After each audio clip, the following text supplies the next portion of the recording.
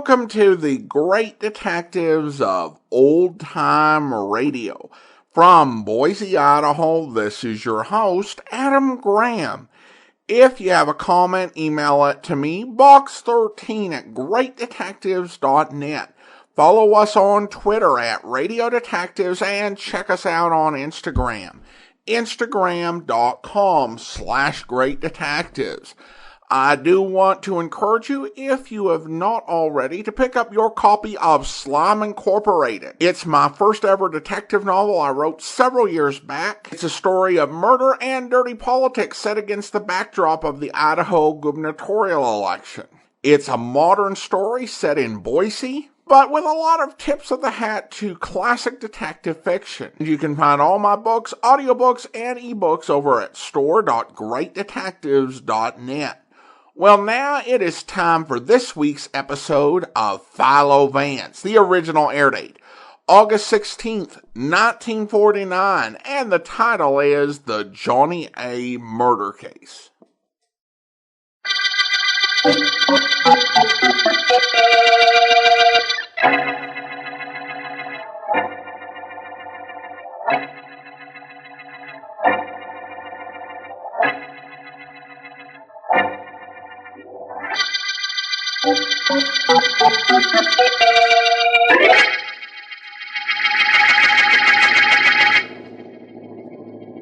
Just ease this crate to a stop, Mike.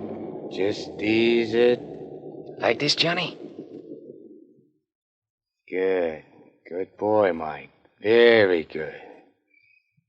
Now let me have the shotgun. You want me to come with you? If you like. You might be helpful in spreading the talk around about what happens to a guy who crosses Johnny A. Very helpful. You know, he was making a deal with Big Eddie Morris? Yeah. I sure wouldn't like to be in Nick's shoes when he grabs the lead from that shotgun, boss. You mind your own business like you've been doing, and you'll never catch lead from me, Mike. Never. Come on. Don't make no noise. Right.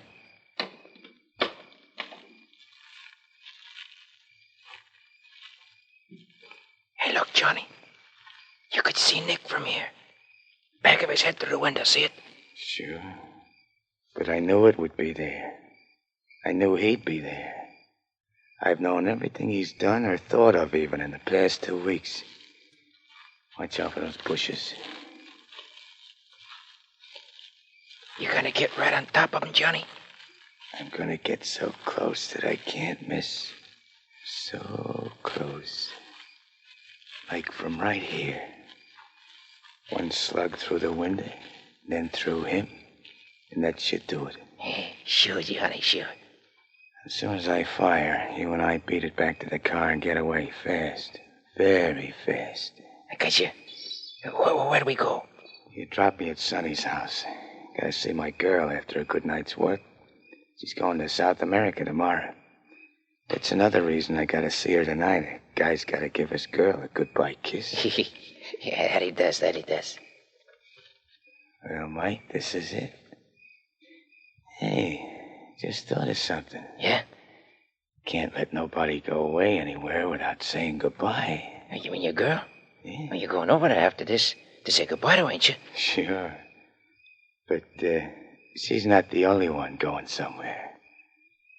You take Nick in there, he's going somewhere, too. So goodbye, Nick. Goodbye.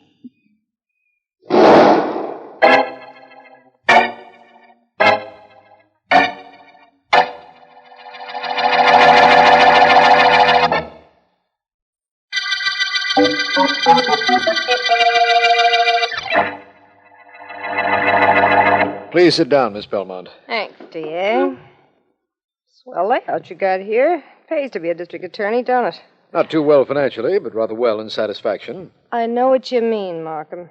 That's the kind of reason I'm here. Satisfaction. I'm going to pay off a guy named Johnny A. Ever hear of him? Yes. He rates way up there on our list of public enemies. Well, Markham, I was his girl. I was up to this morning. In an hour, I'm off to South America, only before I go, I got this to tell you. You know Nicky Keating got blasted last night? I know of him. Johnny A. did that job, Markham. He killed Keating and came running to my place after he did it. I threw him out. You see, Nicky Keating was my brother. That's what I got to tell you. Get Johnny A., Markham. In view of what you told me, I don't doubt but that we will. We'll need your testimony, of course. You're on your own from here. Johnny A.'s got too many friends. He's all yours, but I've helped all I'm going to.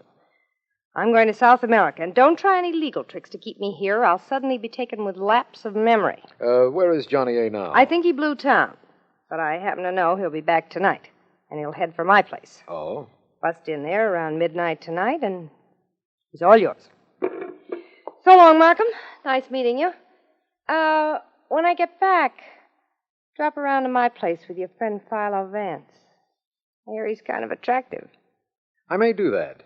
Where will you be in South America, Miss Belmont, in case we need you? Well, now, that's kind of hard to say, Markham. South America's such a big place.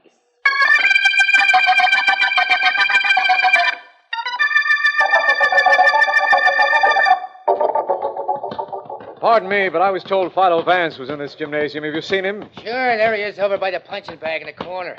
Sure glad I'm not that bag. Thank you. Hello there, Vance. Well, Markham, glad to see you. I'd ask you to sit down, but there isn't anywhere for you to sit except that exercise horse, and you'll be much more comfortable standing, believe me. I'll take your word for it. What are you doing at midnight, Vance? Well, up till now, there was a good chance I'd be sleeping. Why? This morning, a girl named Sonny Belmont was in my office. Huh? She told me that a gang leader named Johnny A. was the man who fired a shotgun slug into Nick Keating. Sonny Belmont. Isn't she Johnny A.'s girl? She was, but she was also Keating's sister. Oh. She left early today for South America, but she told us that Johnny A. would be at her house around midnight tonight. I thought maybe you'd like to be in on a kill that doesn't require any of your very adroit masterminding. Oh, I most certainly do, Markham. I'll be there. Rather unusual social event, though, isn't it? What do you mean? With the hostess out of town, there'll be a party at her house. A certain party, that is, of course.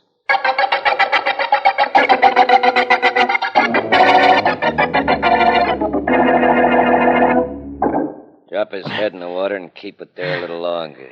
He'll talk. No. Go ahead, do like I say. Right, boss. No, don't do it. This Crumb's no joker.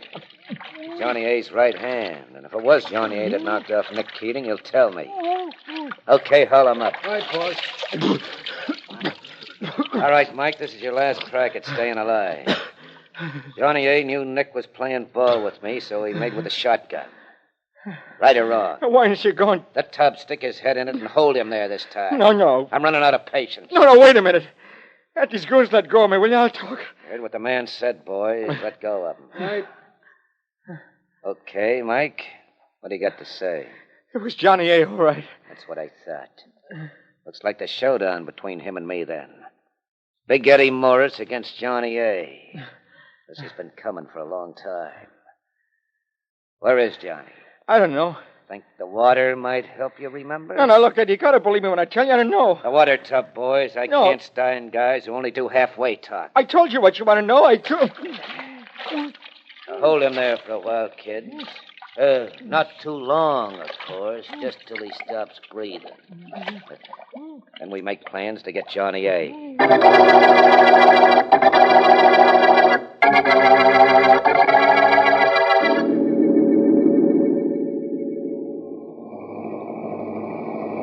That's the second time that car's passed you, Vance. I know. And at midnight, it is a little unusual for a car to circle a block twice.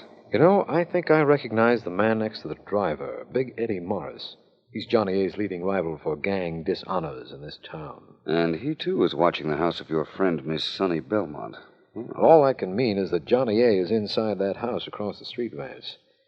I think I'll signal to Sergeant Heath and close in on it. You imagine that Johnny A. is in there asleep? Yes, I do. I believe Miss Belmont's tip. Heath and his men are waiting for me to wave this white handkerchief, and I think I'm going to do it. Well, it's exactly midnight. You might just as well. What? That house, Vance, that explosion came from Miss Belmont's house. I know, and if Johnny A. was in it, that's the end of him and the end of our case. Or so it seems. But somehow I doubt that very much.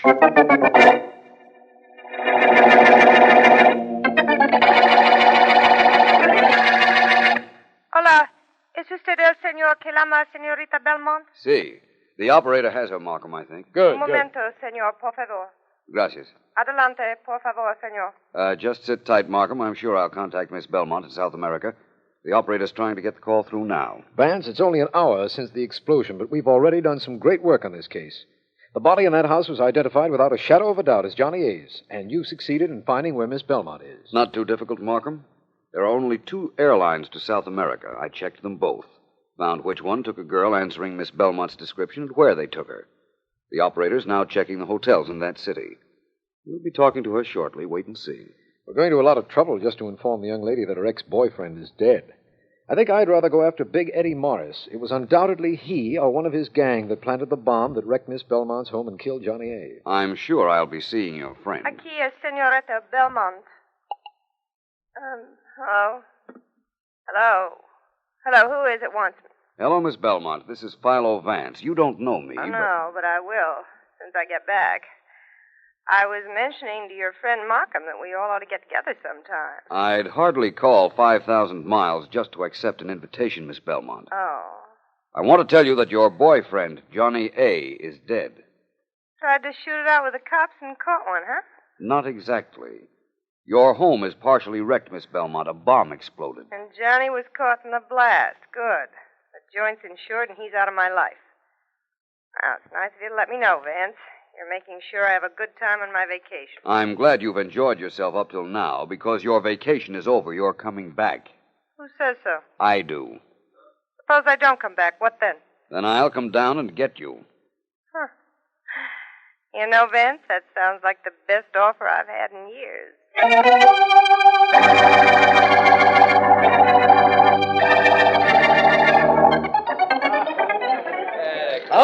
Okay. Quiet, all you guys. Now, quiet down, will you, please? Now, listen, you guys. I talk better with a gun in my hand than I do with my face. But I got something to say. All right, go ahead. Hey, you mug, give Big Eddie a chance, will you? He's paying for this party. Let him talk if he wants. Yeah, that's better. Quiet, please. Now, get this. We're gathered here tonight to mourn the passing of a beloved...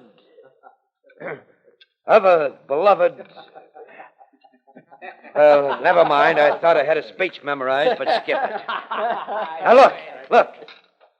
Boys, this is straight from the feed box. Johnny A. is dead. Some of you guys used to work for him. Okay, so now you work for me. What kind of a deal, Eddie? Same kind you got from Johnny A.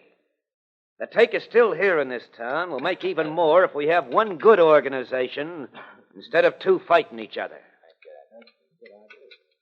Well, what do you say? Sure. That's what I want to hear. All right, fellas, enjoy yourselves. I'll be back in a minute. I got to make a phone call and find out what happened to the dancing girls I ordered. Don't nobody go away now. Here? Would be sucker enough to leave now, Eddie. I'll see you all in a couple of minutes. Quite a party going on in there, Eddie. Who are you? My name is Vance, Philo Vance. So, your name's Vance, and so there's quite a party going on in there. So? What's the occasion of the celebration? Oh, kind of a party to announce a new benefit organization. Yeah, that's what it is. A benefit organization. Whose benefit, besides your own? Look, Vance, I know all about you. You're supposed to be smart, and you're supposed to be tough. Right now, I got a phone call to make. You're going to be smart and let me make it, or tough and try to stop me? It might be very smart to stop this entire organization right now. Yeah? Eddie, I have an idea the district attorney wants to see you. So let him send me a summons. He did better than that. He sent me. You sure you know what you're doing, Vance? You yourself said I was smart. I take it back. You're an egghead. Now get out of my way. Seems to me I said you and I were going to see the DA. Seems to me I said get out of my way. Now get. Or what? Or this. You know, I prefer this to a punching bag. The punching bag never hits first, but the results are going to be the same. Says you. You're going to be bouncing around any minute now, Eddie, and this ought to give you a start. So you'll take it, Big Eddie Morris. Yeah. I will.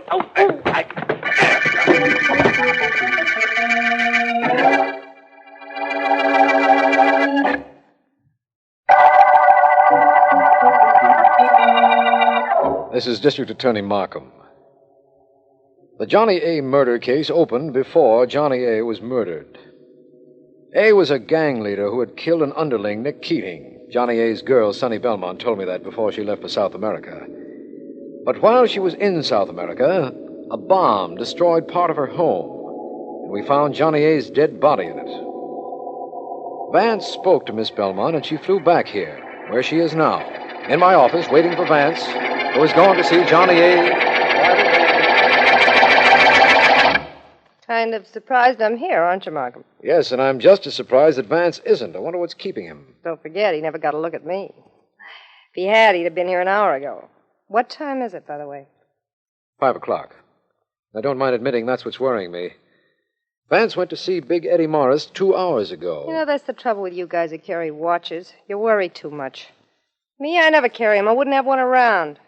What good are they? All they do is make you hurry when you want to take your time, and that's not for me. I'm a gal that likes to take her time. Your theory is undoubtedly excellent for you, Miss Belmont. But Vance should have been here an hour ago. Well, maybe he doesn't know I'm here. Oh, excuse me, please. Hello? Markham, sorry I've been delayed. Where are you, Vance? I only found out myself a few minutes ago. It seems that Big Eddie and I had a little session, but I guess we made too much noise because a few of his friends interrupted us. And that's all I remember. Are you hurt? Well, my eye isn't in very good condition. There must have been 5 or 6 of them, so I don't feel too badly, although I guarantee a few of them do. I'm glad it was nothing serious, Vance. But listen, Miss Belmont is here in my office. We've been waiting for you. Meet me instead, will you, Markham? At what was once her home. And bring Miss Belmont with you, if you will. I'm sure she can help close this case and round up an entire gang of criminals and killers. All right, Vance, we'll be there.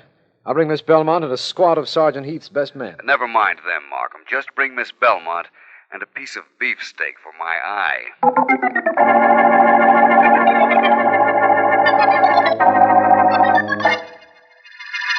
Quite a mess they made of this room in your house, Miss Belmont. Big Eddie Morris made quite a mess out of you, Vance. And the stuff in this house is insured. So am I, against repetition of an accident like the one that happened to me. Markham, your men looked over this place pretty well, didn't they? The police bomb squad did. They found evidence that the blast was caused by a simple bomb which could have been planted in the house or thrown through a back window. Presumably by the men in the car we saw circling the block. Well, let's see now. The blast was at midnight. Miss Belmont, you got to South America sometime during that day. What time was it? I've got no idea. Time doesn't mean a thing to me. Miss Belmont has an allergy where watches and clocks are concerned. Vance won't have them around. When I get anywhere, as long as I get there, I'm on time. Understand, Vance? I can understand why anyone who had an appointment with you would subscribe to that, yes. You know, you're quite attractive. Throw away your watch sometime and I'll come over and see you. Do that, Miss Belmont, please. In the event you do, we'll need no watch. Time will stand still. You know, I was under the impression that we met here to get some evidence against Big Eddie Morris. Oh, I got all the evidence I needed before you arrived, Markham. You remember I was here first. Yes. What evidence did you find? This. What's that? It looks like a piece of tin. It is a piece of tin. A curved piece, about 3 inches long, I'd say, and the color is, well, a sort of dull gray. I picked it up off the floor. With all the beautiful bric-a-brac in this room shattered by the explosion, why would a piece of tin interest you, Vance? I don't understand it. But then again, I don't have to. Just say the word and we'll move in and make an arrest. You're the district attorney, my friend. It's a little silly to make an arrest if you can't get a conviction, and I haven't enough proof. Yet. My next move is to get more proof. And, Miss Belmont. Yes? I'm going to need your help.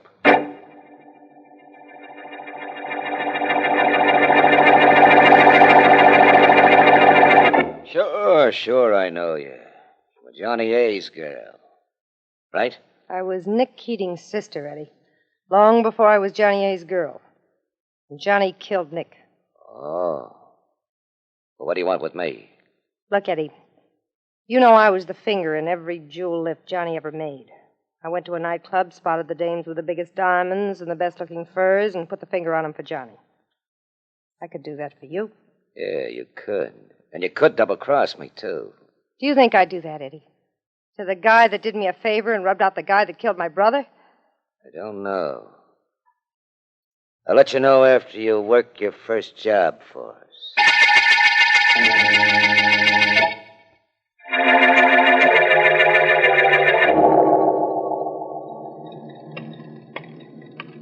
somebody, friend?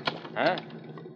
Oh, it's you, Vance. That's right, and you're one of Eddie Morris's boys, one of the boys that piled into me when Eddie and I were seeing how tough we were at the banquet yesterday. Oh, gee, Vance, I had to do that. If I hadn't, well, there was a lot of guys smacked into you. Don't pick on me. Why are you sitting in this car with the engine running across the street from a very smart nightclub? As if I couldn't guess. Look, Vance, don't interfere with this. Keep out of it. Don't mess around. You're getting Big Eddie's hair. Get out of the car. I'm sitting in for you. Not a chance. I'm... Sorry, my friend. If my information is right, I can't waste time. Out you go. Come on. There, that's it. Now, you'll keep right there until the police... Uh-oh. Okay, Joe, get Hey, moving. fellas, wait for All right, me. get going quick. Helen, you guys. You too, Sonny. Yeah, I'm in. That's it.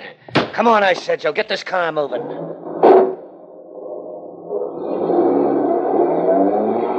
Nice work, Sonny. Thanks, Eddie. This diamond I grabbed ought to be at least 15 carats. Nice piece of change. Joe, where you driving? Just a minute. I'm not driving anywhere, and I'm not Joe. Vance. Hey. That's right, only I'm not alone this time. I have a gun for company, as you can see. And there's a car full of policemen right in back of us. You crossed us, didn't you, Sonny? I oughta... Please, Eddie, don't do anything you won't live to regret. Miss Belmont had her choice of crossing you or helping us, right, Miss Belmont? That's right, Vance. And you're so much better looking than Eddie.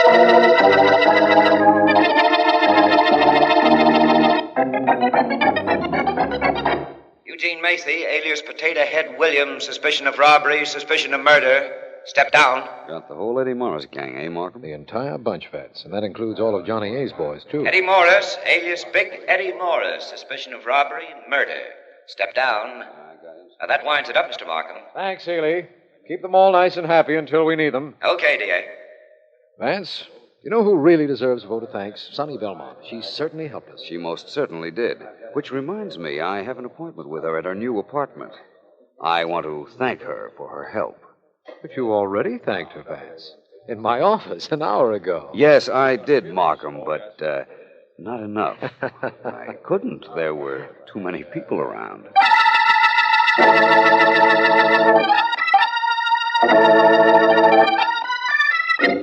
Anybody ever tell you you were wonderful, Vance? Not recently. Well, put me down in your book as today's entry, then. You're wonderful. I left my book home. I'm afraid you'll just have to keep on telling me. I'd tell you anything, Vance, any time. Well, not to switch from a very interesting subject, me, I'd like to know something about Johnny A. What, for instance? What kind of a man was he? He was a scared rat. He never moved without a bodyguard. He used my place as a hangout. You know why? Why? Because he was scared to use his own apartment. I thought I loved him. He wasn't afraid to use your house? That house was the safest spot in the city. Windows were bulletproof. Doors were sheet metal. You couldn't get into that joint with an acetylene torch. Johnny A. paid for all those extras. Quite a character. Yeah. Well, we've talked about him, about you, and about me. Now let's talk about you and me. Sounds very interesting. We'll see how interesting after you tell me just one more thing, if you don't mind. When you left for South America, where was Johnny A? I don't know. He came to the house after he killed my brother, told me he'd be back the following midnight, and left. I imagine if he'd left, he'd be alive today. What do you mean, if he left? He did leave. No, I'm afraid you killed him before you left for South America, despite the explosion which occurred when you were 5,000 miles away. I'm afraid I can prove you killed him, Miss Belmont. Now it's your turn to be afraid.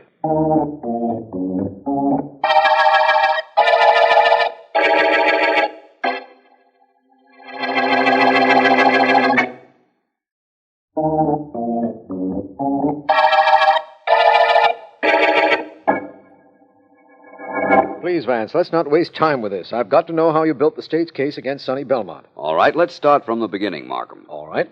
Our house was practically a fortress. Metal doors, bulletproof glass, everything you could think of. How could anybody get in there to plant a bomb in the living room? Perhaps it was planted there the day before it went off.